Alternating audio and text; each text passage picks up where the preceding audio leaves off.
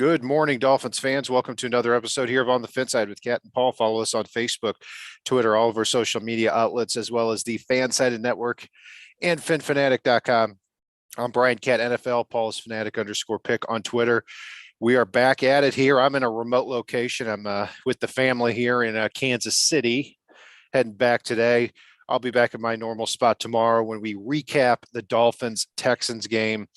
But the Dolphins play the Texans this weekend in Miami. Weather expected to be about 85 degrees. So the Dolphins may have that heat advantage again. And they're going up against a Texans team who is the only team in the NFL to have less than 3 wins on the season. They're 1-8-1. The Dolphins are favored by 14 points.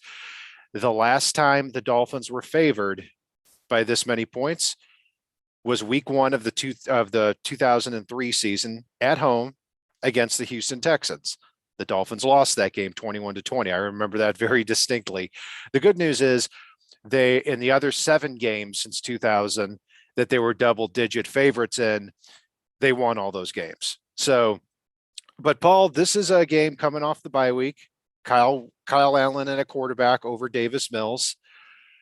I wouldn't even call it a trap game. It would be more of an embarrassment game if they dropped this one.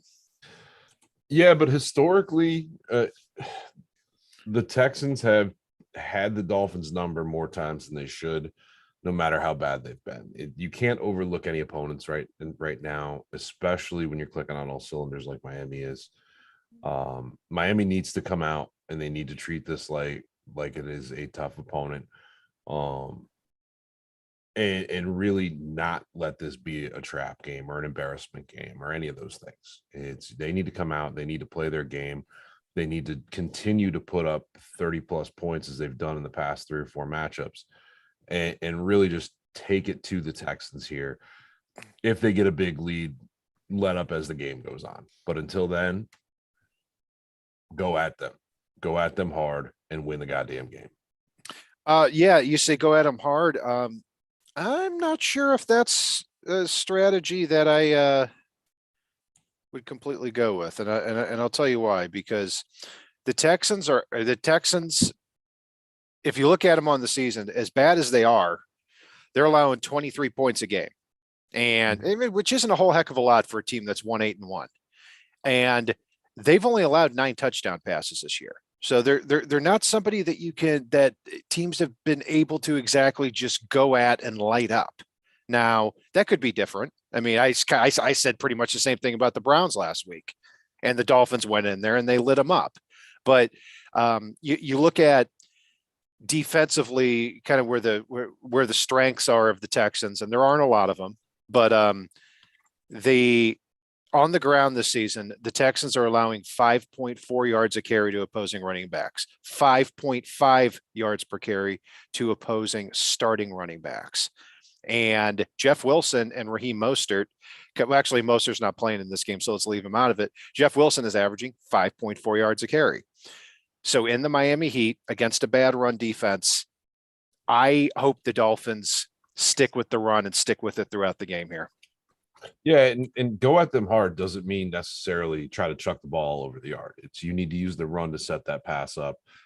One of the better corners that the Texans have, Derek Stingley Jr. is out in this game, so you can probably potentially do a little bit more with their secondary than people are used to. But again, they haven't had to cover a Tyreek Hill, Jalen Waddle, Mike Gesicki type of combo before. And like you said, going at them hard right now includes Jeff Wilson pounding the rock, and he's done that well since getting traded to Miami. I think he's still averaging over 100 yards a game right now for Miami, and since being traded, and that opens everything up for you. And so Miami is multifunctional on offense in a way that the Texans really haven't seen in a bit. So this is one where I think you can go at them hard. You just have to do it the right way with what you've got and play your game. Yeah. And to that point with what you said on the season, when you look at the Dolphins weapons and what they're pacing, the Dolphins have 4 players on pace for over 1,100 yards. Tyreek Hill is on pace for 1994. Waddle 1522. Jeff Wilson 1316, and Raheem Mostert 1125. Raheem Mostert is not going to play in this game. He's one of the very few injury problems the Dolphins have right now. Teron Armstead, his practiced on a limited basis all week here. So that's the first time that's happened here in 2 months. So that's extremely encouraging. We don't know what's going on with Byron Jones still, but offensively, getting Armstead back very healthy is going to be important here in this one, because really with Derek Stingley out, with Jonathan Greenard out, they're two of their best young players on defense. Their best player by far is Jerry Hughes at defensive end. And Dolphins fans remember him. He played with the Bills for 9 years. He has 7 career sacks against the Dolphins. But a week after completely silencing Myles Garrett, I'm not too concerned about Jerry Hughes anymore. Yeah, and in reality, it's somebody like Jerry Hughes with the weapons the Dolphins have. They can use a short screen game against him. You've got Brandon Shell and Teron Armstead literally throwing Myles Garrett around like a rag doll last week. Or 2 weeks ago. This is something that Miami should be able to handle, a singular pass rusher in this one, in Jerry Hughes.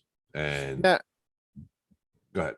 Yeah, I was going to say, and one thing will be interesting to watch here too is, I expect Brandon Shell to start the game too, but on the depth chart, Austin Jackson was number 1, and the team hasn't said a whole heck of a lot about who's going to be starting at right tackle. So that's going to be fascinating to watch. Because Jackson, according to all reports, had a really good summer against the Patriots in week 1, looked a lot more at home at right tackle. I still don't think he looked great. But Brandon Shell, you haven't heard his name much over the last couple of weeks, and that's a good thing at the right tackle spot. So I hope they stick with Brandon Shell, because I think he has earned that spot over the last month. He has. It's there's that old adage, you don't lose your job due to injury, but at the same time, you lose your job to being outperformed. And Brandon Shell has exceedingly outperformed Austin Jackson at this point. And don't get me wrong, Austin Jackson is a great depth piece, but at the same time, if we're going to talk about offensive tackles, we need to talk about the elephant in the room. The Laramie Tunsil will make his return to Hard Rock Stadium this weekend, tomorrow. And I think Dolphins Twitter might be right. The Dolphins fans should give Laramie Tunsil a standing ovation. I 100% agree with you. He was such a huge part of what Miami is today. That trade to the Houston Texans for Laramie Tunsil set up the baseline for everything Miami has done roster-wise over the past couple of years. So, yeah, give that man a standing ovation. And he didn't want to leave. Dolphins didn't want to trade him. The Texans just gave too damn much for him. Yeah, and Laramie, there were no hard feelings there on either side, which was always good. And and Tunsil's, for all the expectations, Tunsil has been really good for the Texans. He's been at least a top 10 left tackle. Is he worth what they gave up for him? No, but still a very good one. And on the other side, they've got Tyus Howard, who's a good right tackle too. So offensive tackle is probably the biggest strength of the Texans team here. So they may have some time for Kyle Allen in the pocket, even against Chubb and against Jalen Phillips. Now, having said that, to get Tunsil and Tyus Howard was a first-round pick. So they gave up 3 first-round picks, 2 seconds, a 4th, a 6th. Gosh. But yeah, I agree. And I know somebody who has a Laramie Tunsil custom-made jersey that was made just before he was traded to the Texans, because I never thought he would be traded. So if I wore that to the game, Tunsil would probably catch 2 touchdowns, actually. Oh man, that would upset me, because I love my fat guy touchdowns. But you know what? That's the one player jersey I think you bought that really wasn't cursed. He got traded, but at the same time, he got traded and just God, what it did for the Dolphins. Like, they're so much better for having traded him, which is something you don't usually say about a guy that's really an all-pro caliber tackle. Yeah, and it was a situation where Bill O'Brien was in, hey, either he wins this year or he's out the door. So he was like, I don't care about those draft picks. So I'm going to Well, get fired anyway. So I don't care if I light the town on fire. And that's exactly what happened here. Um, before we move on though, real quick, it's, you've got Tyus Howard, you've got Laramie Tunsil, and you had brought up the point about Jalen Phillips, you brought up the point about Chubb, but the Dolphins are not a just duo tandem of pass rushers at this point. They like to, I mean, Christian Wilkins has really been stepping up the past few weeks. You've also got Melvin Ingram. So you can give a lot of looks that won't put Jalen Phillips or, you know, Melvin Ingram or Bradley Chubb just against their offensive tackles. And you've really got four guys that can push the pocket right now. And yeah, that's without that's counting exactly blitz. right. So That's exactly right. Yeah. the two of them aren't the sole factors in preventing Miami from getting to Kyle Allen, who hasn't started a game in what, 2 years, 3? He only threw 19 passes last year. 2 years ago was his last start with Carolina, and that year he actually looked pretty. I mean, he looked pretty decent. He had 17 touchdowns, 16 interceptions, over 3,300 yards passing. I'll take the back. There were games that were atrocious from Kyle Allen. There were also games that were really promising that led me to look at him and say, man, this guy's got some developmental ability. But still, we'll go back to him in a second because I want to stay on the offensive line. When it comes to the offensive line, yeah, you're right. They're good at tackle, but the Texans are really bad on the inside, and they got destroyed by the Commanders last week. On the inside, they've got rookie Kenyon Green at left guard, who I thought was going to be kind of a plug and play type of player, even though I thought he was overdrafted. He's been terrible. And at center, they've got Quesenberry, and at right guard, they've got AJ Can. So they've got a rookie who is having a terrible season, and they've got two very below average veteran players. So, and last week, if you want some evidence of that, Damian Pierce had 10 carries for 8 yards against the Commanders, whose strength of their team, just like the Dolphins, is inside at the defensive tackle spot with Jonathan Allen and with Daron Payne. So that's going to make things very difficult for the Texans if they can't establish the ground game with Damian Pierce, who other than last week is having a really good season. Yeah, I was gonna say he is their best offensive weapon right now. Don't get me wrong, Brandon Cooks is a heck of a wide receiver. Even though he may have lost his captain's patch a few weeks ago when he tried to get traded, and the Texans basically said, "Oh yeah, we'll give us that." And Nico Collins is good as well, but it's not the receiver tandem of Tyreek Hill and Jalen Waddle. Let's face it. And yeah, while we don't get Byron Jones back this week, you still are not looking. You're probably looking at a quarterback that's going to come out chucking the ball around the yard, but he averages an interception per game throughout his career. So he averages, I think, 1 touchdown and 1 interception per game. Their offense is not what terrifies me right now. Their defense doesn't really terrify me either. Let's face it. The only thing that terrifies me in this game is the fact that this could be a trap game for the Dolphins. Yeah, you're exactly right. Kyle Allen, 17 starts, 24 touchdowns, 17 interceptions, quarterback rating of 84.9.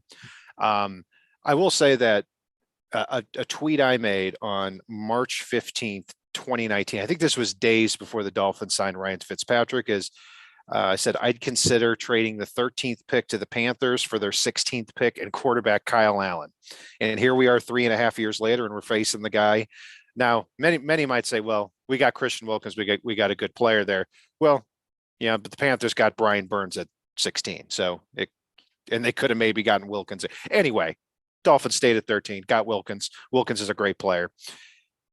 But regardless, I've always had a higher opinion of Kyle Allen than a lot of other people. This is like Davis Mills. They were both in high school 5-star recruits, so they had some obvious ability, but then went to college, didn't do a whole heck of a lot, and it turned out to have some glimpses in the pros. Kyle Allen, believe it or not, was at Texas A&M and beat out Kyler Murray. Then 2 years later, he transfers to Houston, does okay, goes undrafted. none of this really matters. But Brady Quinn beat out Tom Brady. yep, and Patrick Mahomes got beat out by somebody. I forget. And Russell Wilson got beat out by Mike Glennon. I didn't mean to just like destroy the point there, but no. I mean, but my point is, Kyle Allen, Davis Mills, former 5-star recruit, physically, they have the traits to play the position in the NFL. I like Davis Mills. I actually do. Like, I think he needs some development. He needs a quarterback whisperer, and what he's got right now in Houston ain't it. Right. And, you can make the point too that with the Commanders and with the Panthers, when Allen had the opportunity to really show he was an NFL quarterback, he did not seize that opportunity, even though he hasn't been absolutely terrible everywhere he's gone. Yeah, you say you're worried about it being a trap game. My concern is not concerned, but the only thing I have in the back of my head is with Kyle Allen, a quarterback instead of Davis Mills, maybe you get a guy. Maybe you have the only thing going for the Texans where they're not going through the motions. Maybe you have one guy with something to prove, and that's Kyle Allen, and you don't have a lot of tape on him. So not a concern per se, but I would have preferred Davis Mills started this game. I would too. And not having a lot of tape on Kyle Allen still doesn't turn him into Lamar Jackson or Justin Fields. He's not going to destroy you with his legs running the ball, fleeing the pocket. He's not going to light you up down the field repeatedly throughout the game. He's not that come out and throw 5 touchdowns backup. He's a come out and manage the game backup is what he is. And the way Miami's been putting points on the board, you're not going to get beat by a game manager if you play your game. And I hate to put it as it's that simple, but it is.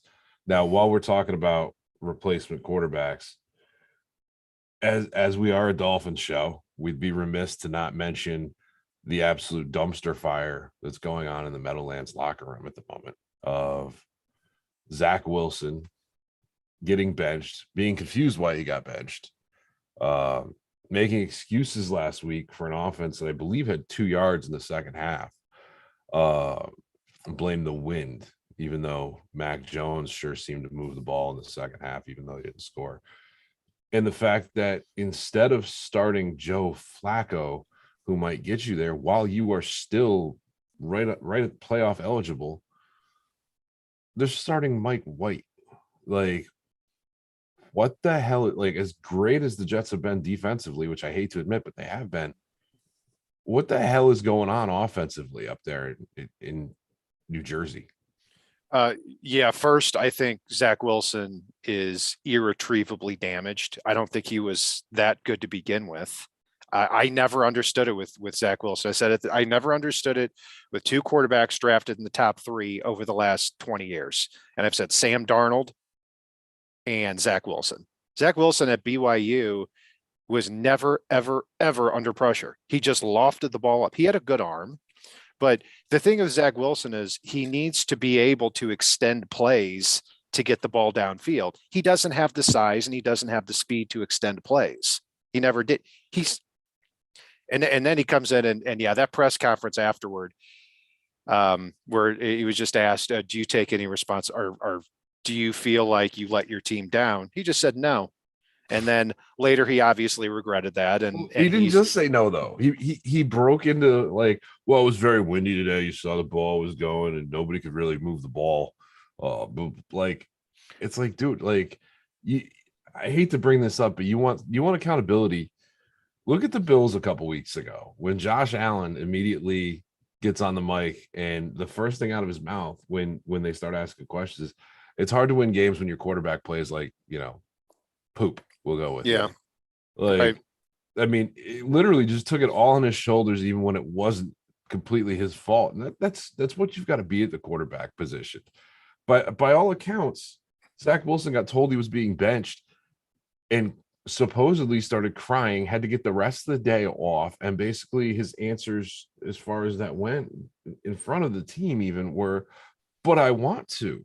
Like, what a bunch of entitled crap. Like, yeah, it's talk about somebody that's just had it handed to him and never had anybody say no. Like, including his mom's friends, apparently. But still, we won't go Right. there. I mean, I think it's just a clear talent misevaluation to begin with. I If think it's a Zach will, baby thing. if Zach Wilson ran a 4.4 or was 6'5", 240, I would have understood it. The guy's what, 6'2", 220, can't outrun people. And one of my favorite quotes was, and I can't remember the exact, but they said Zach Wilson struggles. I think it was his coach that said it. Said Zach Wilson struggles to make simple throws right now. Like, I mean, is there a more damning indictment of a quarterback than he can't hit the guy 5 feet in front of him? And that was the case. I mean, it's just a comedy reel. So, and sadly, if the season ended today, the Jets would be the number 7 seed. So that leads me to believe that the Dolphins, basically, if let's assume they beat the Texans, yes, I'm chalking this up as a win. Dolphins are 14-point favorites. You better win. It's embarrassing if you don't. I don't care how you do it. You get to 8-3. As far as I'm concerned, you win one more game against an AFC opponent on your schedule, and you're in the playoffs. I know that's not the end goal, but you're in as far as I'm concerned. Because I look at the bottom of the AFC, you've got the Patriots who lost to the Vikings. They've got the Bills twice, the Dolphins and the Seahawks still. I think they're not going to. I can't see a way they win 10 games. The Chargers can't get anybody healthy and can't win close games when they do. You got the Jets, we just talked about. So yeah, I mean, I think 9-8 probably gets you in. 10-7 definitely does, and we expect the Dolphins to win more than that anyway. Well, and here's the thing too, that Miami really needs to do a good job of in this one. We talk about this being the definition of a trap game. Next Sunday, Miami plays arguably right now the toughest opponent left on their schedule, the way that they're playing in the moment. And that's the San Francisco 49ers in what's probably a little bit of an emotional return game for Mike McDaniel. And then you follow it up the following week against the aforementioned Chargers, and the whole Herbert Tua comparison stuff. So you've got some emotionally charged games coming up over the next 2 weeks that really are going to be a litmus test. Like, if Miami gets past the Texans and wins at least 2 out of 3 of their next 3 weeks against big time opponents, because you follow up the Chargers with the Bills, you're set up very well. And not just due to playoff calculators, that's you going out and beating playoff teams at that point and really making that state. You have the opportunity to make a big statement. I expect the Dolphins Bills to get flexed. I haven't looked at next week yet to see if they've flexed anything, but it wouldn't surprise me with the way that the Dolphins and 49ers are playing right now if that got flexed too, because those are 2 big time games that you would want to see in prime time over the next 3 weeks. And you get through that, and then you got the reeling Packers on Christmas Day and the Patriots. And then I believe we close out with the Jets on the 8th. Yeah. So looking ahead here, I'd be surprised if the 49ers game got flexed, but the Bills game, you're talking about, a week before Christmas. And to me, what it comes down to is, assuming the Dolphins beat the Texans, and if let's say they split with the 49ers and the Chargers, they could take both. But let's say they split and they're 9-4. It's going to come down to that game against Buffalo. Because if you go into Buffalo and you win that game, you're 10-4. You've obviously got the tiebreaker over them. Now you start to see the light at the end of the tunnel. Because then the last 3 games, you've got the Packers, which looked like a really tough game here a month ago or 2 months ago. They're 4-7. You're going to be favored in that game. Then you play at New England, which, I mean, even in New England in the cold, at best is a flip of a coin for them. Probably a little slight favor Dolphins. And then you've got the Jets at home in the final week. So if you win this game and you split the next 2, it comes down to that Buffalo game, because in my opinion, that is who is going to win the division here. Well, and the crazy thing is, right, if the Dolphins do drop that game against Buffalo, but they win 2 of the next 3. Buffalo, as of right now, still would not hold the tiebreaker against Miami, because Buffalo, even winning that game as it stands right now, would have a worse division record in a head-to-head matchup. And that Jets win over Buffalo kind of looms large here right now. And again, it's I think Miami would be 2-2 divisionally at that point. Buffalo would be 1-2 as far as that goes. So, and say, let's say they finish the season, both finish, head to head's a tiebreaker. The second one is division record. Let's say they both finish 4-2. Then it goes to conference record, and that's a whole different ball of variables there. So yeah, but I'm talking about the second tiebreaker. Like, it's yes, Miami would need to really dial it down again on January 1st and January 8th against the Patriots and Jets, but that divisional tiebreaker would still be theirs to lose. Yeah, at that point. Yeah. And so taking a look at a higher level here right now, heading into this game against the Texans, Football Outsider has the Dolphins at 86.4% chance to make the playoffs.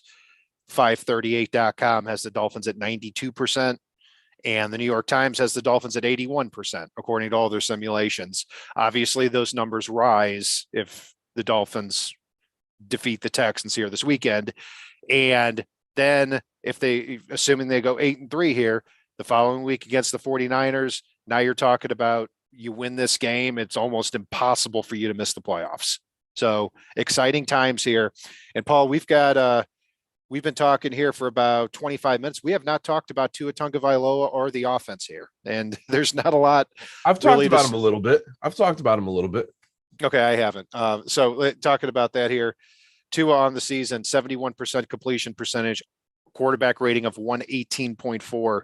The Texans have allowed 5 of the 10 quarterbacks they faced have a quarterback rating of over 113 in a game. Herbert 113.2, Carr 116.2, Jalen Hurts 128.9, Daniel Jones 153.3, and then there's another one I did not list here, but they're on there somewhere.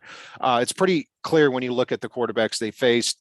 When they face young, inexperienced quarterbacks like Taylor Heineke, Malik Willis, Trevor Lawrence, Justin Fields, Zach Wilson, they do very well. When they face a veteran quarterback, they do not. So, and this also, Derek Stingley's out this game. Derek Stingley is one player that physically has had the ability to at least give the Texans a chance to run with some of these receivers. Now you've got Steven Nelson, Desmond King, Tavier Thomas on the outside, players who just can't. So I expect a lot of zone coverage in this game. And for the Dolphins to, and I go back to this, I think the Dolphins, it's important to keep drives going and to take what the defense gives them.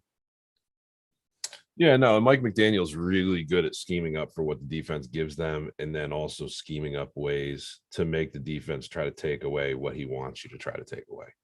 And that could get very interesting in this one. And don't get me wrong, you got Lovie Smith, who's a very defensive-minded head coach. We knew he was a defensive-minded head coach when he took over the Texans this year. And you've got a rising assistant coach in Jacques Cesare, who formerly played with the Chargers, out there as Lovie's right-hand man, who's also a defensive guy. So you expect the Texans to develop their defense well early in that regime. But yeah, no, I'm with you. And Kat, let's have a little fun with our predictions today. Let's do our prediction, but let's also give a bold prediction like Tommy was asking for in the chat for this game. And let's predict what we think the final record for the season will be. Okay. All right. And before that here, one last thing is a couple of things to look out for. Tyreek Hill is no longer the NFL's leader in receiving yards. That honor goes to Justin Jefferson right now, but Tyreek Hill needs 85 yards in this game to reclaim that. Jalen Waddle needs 122 yards to have 1,000 on the season with 6 games left after that. Keep in mind, Jalen Waddle was a draft pick that was used in the Laramie Tunsil trade. How fitting it would be if he hit 1,000 yards here in this game against the Texans. Yeah, and that's kind of what does it here. And another thing let's get into our predictions. And I do have a bold prediction myself. Well, why don't you go first then, since you got one loaded up and ready to go? Um, so the Dolphins won by 22 points last game against the Browns. I'm going to say they win by 21 in this game. I'm going to go 42-21 Dolphins.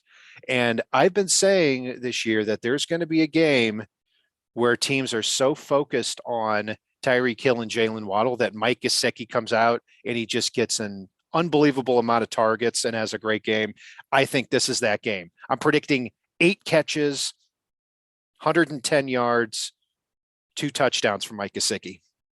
Are you telling me Garrett Wallow is going to struggle to cover Mike Gesicki in this game? I think it's Grant Wall. No, it is Garrett. Yeah. It's Garrett. Exactly. But exactly. If you're saying I think it's Grant, you know he's a nobody. I'm down with what you're putting down there. And believe it or not, we're 1 point off as far as our game totals go. I actually had Miami scoring 43 in this one in a weird game, but Jason Sanders, I think, is going to miss a little bit in this one. That really skews that score in a weird direction. Again, I am going to go for my bold prediction here. I am going to say Kader Kohu not only gets his first interception, but gets a pick six. I think Jalen Waddle does get his 100 yards in this game, but I think he finishes the game 2 yards short of 1,000 going into next week and frustrated and angry and hungry. I think he ends up at 998. And I think Jeff Wilson absolutely goes off in this game. Like, I know it's 3 bold predictions, but I think Jeff Wilson's going to be the big difference maker in this one. I think he gets 190 yards and at least 2 scores in this one. Wow. Yeah. I mean, I think it's, I mean, if I know it's supposed to be 85 degrees in Miami. I know it's also supposed to be partly cloudy too. So it may not be 120 degrees on the Texans sideline like it was in that Vikings game, but it's still going to be hot. And one of their best players on defense, really almost solely responsible for any success they've had against the run, which is not a lot, is Roy Lopez, who is a former the 5th or 6th round pick out of him from the Texans in 2021.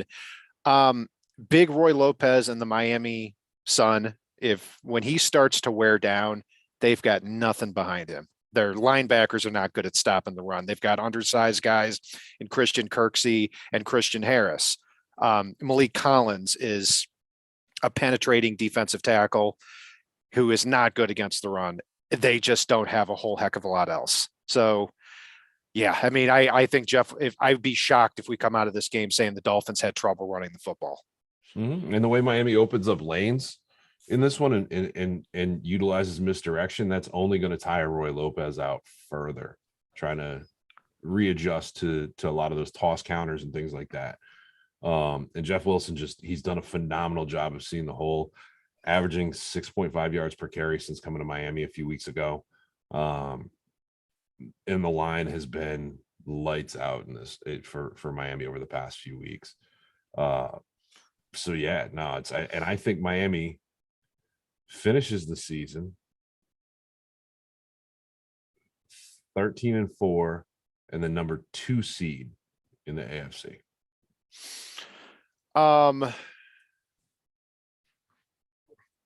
Yeah.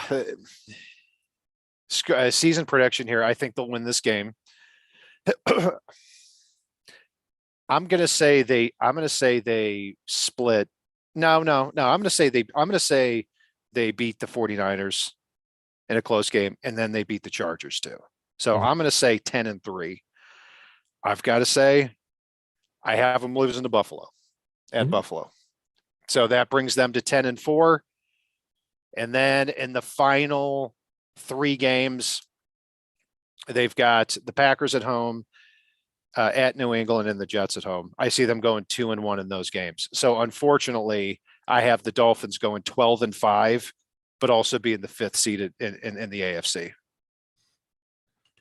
This, oh man, which would be terrible. It'd be a great season on there. And don't get, and let's keep in mind too, that would mean that the Dolphins probably play at Tennessee or at Baltimore. I think they can go in to both of those places and win with the offense that they have. So this isn't a situation, I've always said that I think with the Bills in the division, the Dolphins have to take the 49ers route they may have to take the Dolphins or the 49ers route to the Super Bowl, where they get in as a wild card, but are a very good team and are built to win in the playoffs. And so if they get in, I still think they can win the AFC even as a wild card. I hope I'm wrong on that. To me, it all comes down to that one game at Buffalo, and I've got to give advantage Buffalo now, even though they're not playing as great as they were a month ago. So you've got Buffalo. Then you're taking that season prediction even further. You've got Buffalo basically sweeping the division the rest of the way, including the Patriots in primetime this coming week, followed by the Jets. And then you're taking the Patriots on January. Like basically if you've got the Dolphins at 12-5, you've got them winning those Pats and Jets matchups, most likely, if not splitting those, and getting that. You're basically getting the Bills taking over a definitive division record at that point, which means you've got Miami losing to either the Patriots or the Jets at the very least. I'll make the math easy for you. I don't think the Bills will lose a game the rest of the year. Okay. In the regular season. And I look at the way they're playing right now, and that's a tough ask. It's not reflective of how they keep in mind against the Lions had won 3 games in a row and were looking great on offense. Mm-hmm. And they went into Detroit on Thanksgiving Day and still did not play their best game by a long shot and still came. It takes so much to beat the Bills. It's even when they're playing poorly. Dan Campbell beat the Lions in this one. Then I think that throw from Josh Allen to Stephon Diggs that really one or two people on the planet could make is what got him there. But that was set up by some poor management inside the red zone by the Lions. They definitely should not have. On 3rd and 1, they should have been trying to have the ball last and trying to win the game. Mm-hmm. There's no doubt about that. I mean, you play action, you throw the ball to DJ Chark downfield. You have one idiot throwing the ball to another idiot over the wrong shoulder where the ball lands out of bounds instead of, because Chark had it too. Mm-hmm. So no, I'm not gonna say great things about how the Bills have played over the last month here, but you look at how they played last year at this point.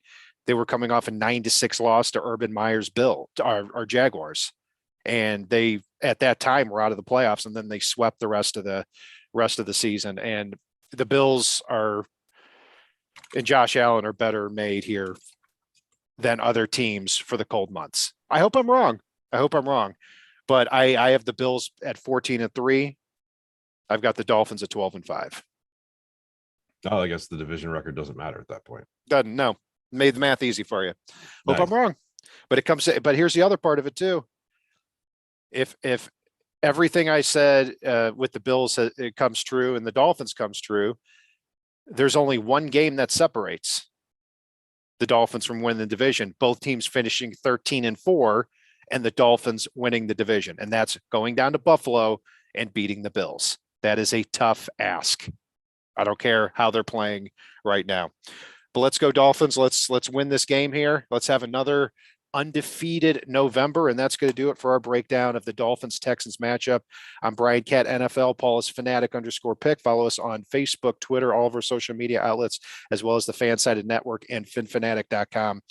And if it's not on the right side and it's not on the left